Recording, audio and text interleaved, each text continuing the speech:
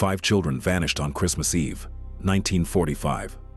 The fire that took them left no bodies, no bones, no trace. 80 years later, nobody knows what happened. This is the Sodder children case.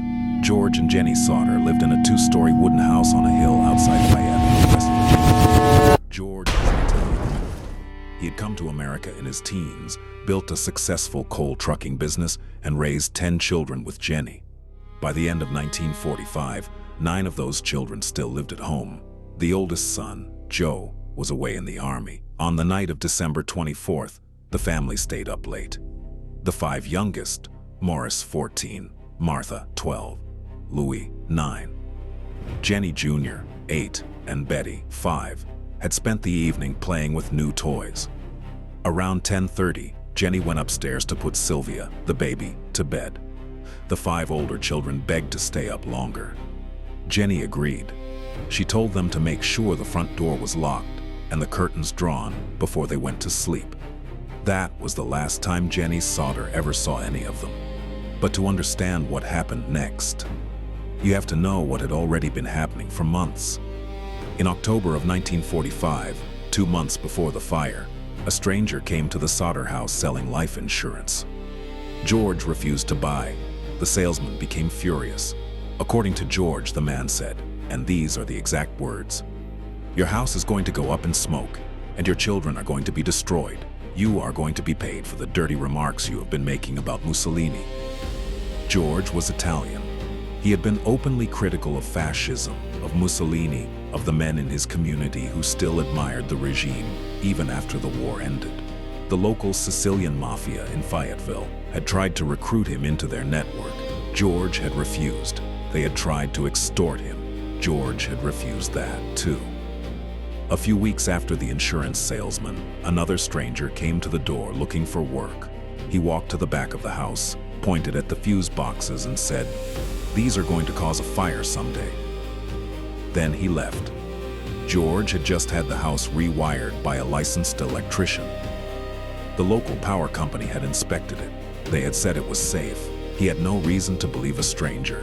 At 12:30 in the morning, on Christmas Day, the phone rang. Jennie Sodder got out of bed and walked downstairs to answer it. She didn't recognize the voice on the other end. It was a woman. She sounded drunk. She asked for a name Jennie did not know. There was laughter in the background. And then the line went dead. Jennie hung up. She walked back through the house, and she noticed something strange. The lights downstairs were still on. The curtains were still open. The front door was unlocked. She remembered telling the children to lock everything before bed. She remembered watching the older ones go upstairs. She locked the door. She turned off the lights. She went back to bed. About 30 minutes later, she heard a heavy thud on the roof, then a rolling sound. Then silence. She woke up again to the smell of smoke. The downstairs of the house was on fire. The fire had started in George's office and was spreading fast. Jennie grabbed Sylvia, the baby. George grabbed 2 of the older children who slept downstairs. They all made it outside. They turned back to the house and started screaming for the 5 children upstairs. The 5 children were calling back. They were alive. They were trapped on the 2nd floor. George ran to the side of the house to get the ladder he always kept against the wall. The ladder was gone. He ran to his 2 coal trucks parked in the driveway. He planned to drive one up against the house, climb on top, and reach the upstairs window. Neither truck would start. Both had worked perfectly the day before. A neighbor across the road tried to call the fire department. The operator didn't answer. It took over an hour to reach anyone at the fire station. The fire department was 2.5 miles away. By the time they arrived, 8 hours later, the house had been reduced to a smoking pile of ash. George, Jennie, and 4 children had survived. Maurice, Martha, Louis, Jennie Jr., and Betty were gone. The fire chief told the family that the blaze had been hot enough to cremate the children completely. There would be no remains to find. But there were no remains to find. A fire that consumes a wooden house in 45 minutes does not reach the temperatures required to vaporize bones. There should have been teeth. There should have been pelvic fragments. There should have been something. There was nothing. And then, the strange details started to surface. A man was arrested several days later for being on the Sodder property the night of the fire. When the police questioned him, he admitted that he had been there, stealing a block and tackle from George's shed. But he also admitted to something else. He had cut the phone line deliberately.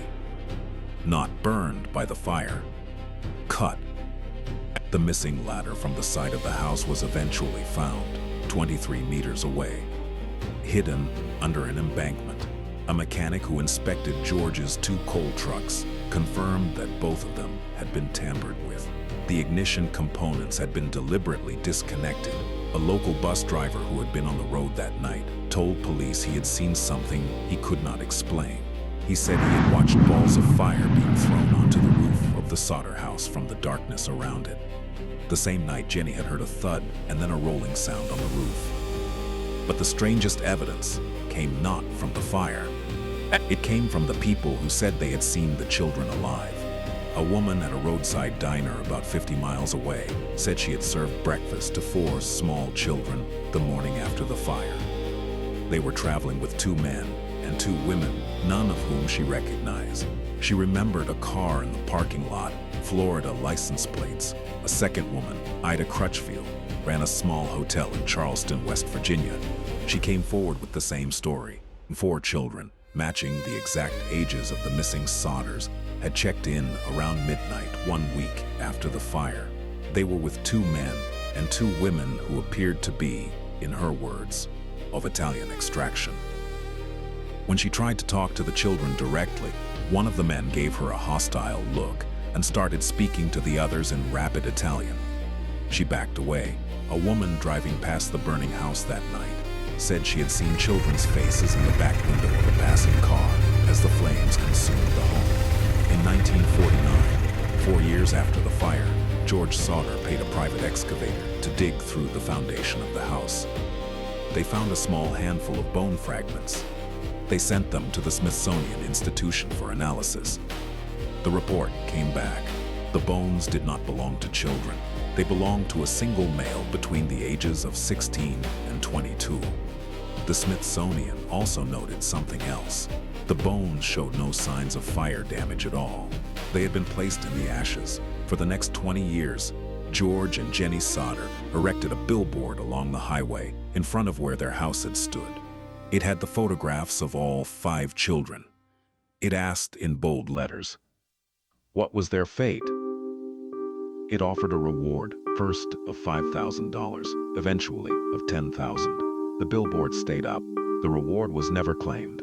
Then, in 1968, 23 years after the fire, Jennie Sodder opened her mailbox and found an envelope addressed to her. No return address. The postmark was from Central City, Kentucky. Inside was a single photograph of a man in his 20s. The man looked exactly like what Louis Sodder would look like if he had grown up. On the back, in handwriting, were 4 lines. Louis Sodder, I love brother Frankie, and little boys. A 90132. The Sodders hired a private investigator. He traveled to Central City to follow the postmark. He arrived. He started his investigation. He never sent another report. The Sodders were never able to find him again. George Sodder died the following year, in 1969, still believing his children were alive. Jennie Sodder kept the billboard standing for the next 20 years. She died in 1989, the last surviving sibling who had escaped the fire that night. Sylvia died in 2021. She was 79. She never stopped looking for her brothers and sisters. The Sodder children were never found. No one was ever charged. No one was ever held responsible. The case file is technically still open.